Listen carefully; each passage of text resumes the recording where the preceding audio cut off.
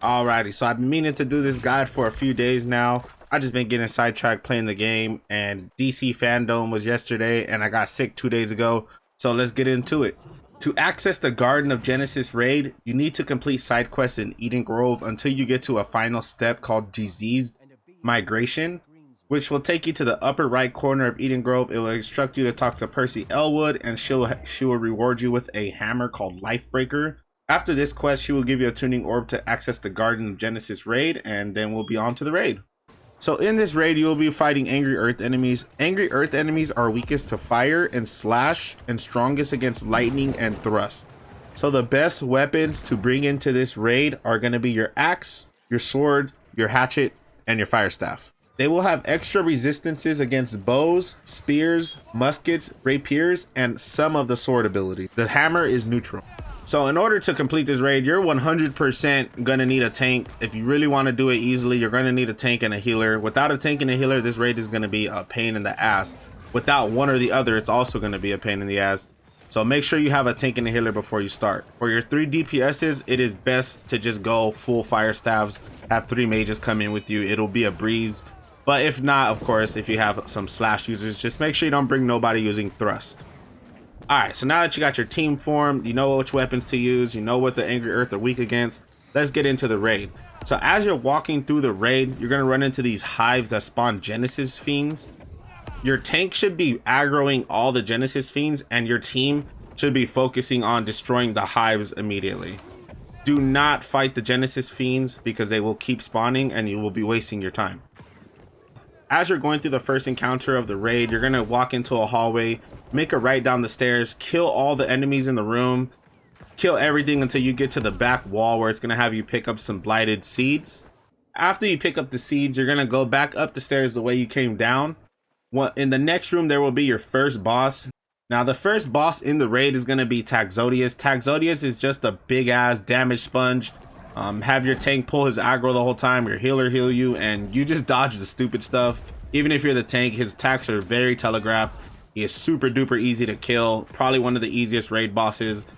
None of his mechanics are really worth talking about. They're super telegraphed. You can see him coming from a mile away. Just pump all your damage into this dude. He will die really fast, and yeah, move on to the next encounter. So you keep following the road till you get to Taxodius' little brother.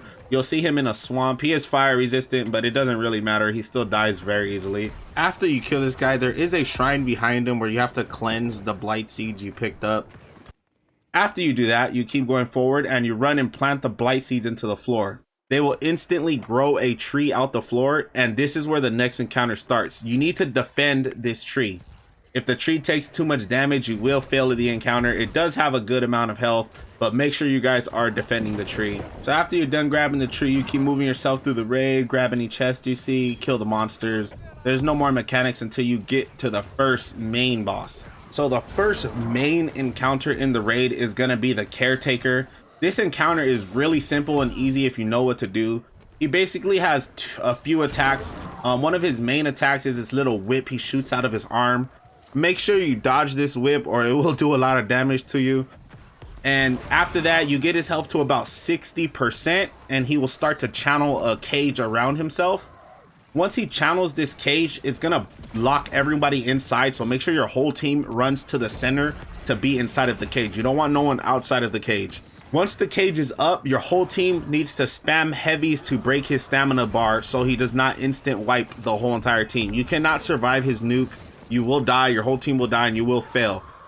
Make sure you guys are breaking his stamina bar before his nuke comes out. It's really obvious to see he's not attacking during his duration. It's super easy to break. Make sure you guys are just spamming heavy attacks. I don't care if you're a healer, use your heavy attacks. Like, everyone should be using their heavy attacks on the shield to break it. It's really easy to break, not hard. If you're wiping on this part, then your team just does not have enough damage. After you do that, you're locked in the cage with him, and he's going to start doing a lot of annoying shit that you have to watch out for. The number one important thing, in my opinion, to watch out for is when he does his little frog jump through the floor. He's going to leave behind glowing trails of who knows what. And if you stand on these glowing trails, you will be blighted. If you get blighted, it is extremely hard to survive, even if you're being healed. Do not get blighted. Do not stand on those glowing trails. Find an area where you can not, like, where you don't have to stand on the glowing trails, and you'll be fine. Other than that, another main thing he puts out is a swarm of like, I don't know what the fuck it is, but it does damage. So be careful for the storm. The storm will do dot damage to you and you will die eventually. So don't stand in the swarm. After a few minutes, the cage will drop and he'll spawn about 30 enemies. Once these enemies spawn, all you have to do, guys, is focus down the enemies. Kill all of the enemies before you do any more damage to the boss. If you get the boss to about 30%, he will do the cage mechanic again with all the enemies there. Enemies that get trapped outside will just add on to the next wave of enemies, or some of them will get trapped inside with you while you're trying to break the stamina bar. Do not do too much damage to the boss. It's really cool to see all your damage getting pumped out, but do not do too much damage to the boss in his first phase. He only has 2 phases. Make it easier for yourself. So he's gonna go back into the cage. After that, break his stamina bar, and at this point you can kill him as fast as possible. No more special mechanics. That's it.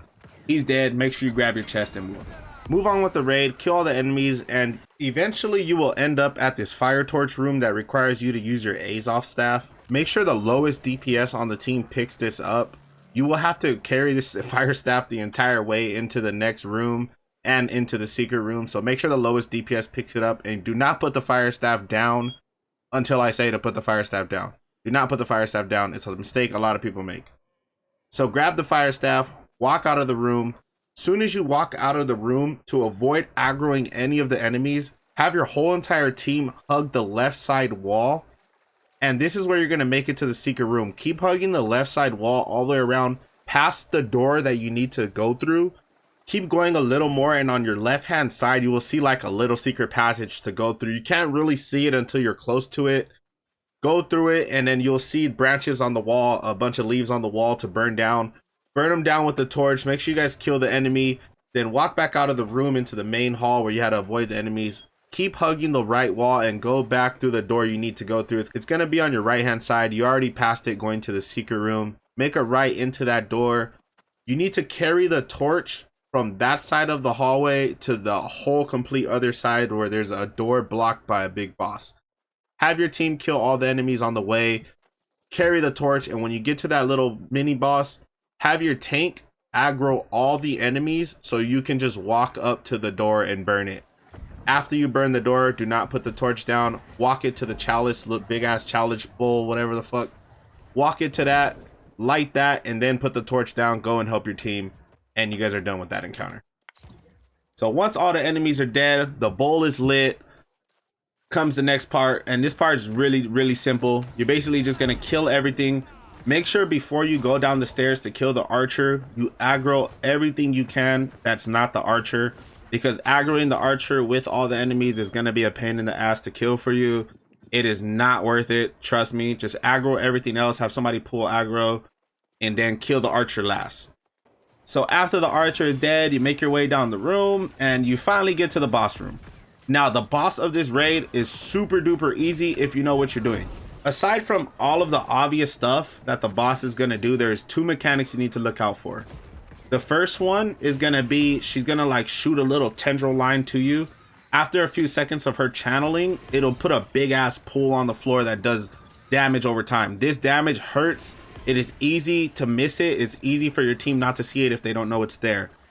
Make sure when she starts channeling this, make sure you run to the edge where your team is not. Do not put it on the boss. Do not put it in the middle of the floor. You can dodge this move right before she's finished channeling it. So if you see the animation of her about to finish it, dodge, and you will dodge it. It will never go on the floor. And that's like the first thing that you actually need to watch out for. All her other attacks are really telegraphed, really easy to dodge. Just watch out for this tendril. The next mechanic is super duper important. It will instant wipe your whole team. While you're fighting the boss, she's going to be dropping big ass boulders down on the floor. She gets them in her hand, tosses them. The animation is clunky, but anyway, she's going to be dropping big ass boulders on the floor. These boulders are not for your health. You need to stay by those boulders when you're fighting if you're like a DPS or something. If you're a tank, be wary that the boulders are on the floor and you need to like get close to them pretty soon. The boss is going to start lifting into the air. Very obvious. The room will turn green a little bit before she does it. She's going to drop a nuke on the floor. The nuke will not go behind the boulders. So you need to hide behind the boulders out of her line of sight to avoid the nuke. If you do not avoid the nuke, you will die. Other than that, another tip is if the acid is on the floor and one of your teammates dies in it, do not res them in the acid. They will instantly die when they stand up. There's just no way for you to heal them. They will die. Following all of those mechanics, the boss should be fairly easy to kill, man. She just has a lot of health, and yeah, you kill the boss, boom, victory, you loot your chest. And one tip I can give you guys, wait till you're 580 to do this raid, man. You don't really get golds, like no legendary drops until you're like 580 from what I understand. So if you can, just wait to do it, man. Save your time. If you're really like hunting those legendaries, it's not worth the time like investment in, oh, you're getting a few pieces of loot, because you can get loot from anywhere. So just wait if you can. If not, then fuck it, knock it out. And yeah, that's pretty much it, guys. Super easy raid. I hope I helped you guys out. I hope you guys have a good time with the raid. It's really fun, really cool looking raid. And yeah, y'all have a wonderful day and peace out.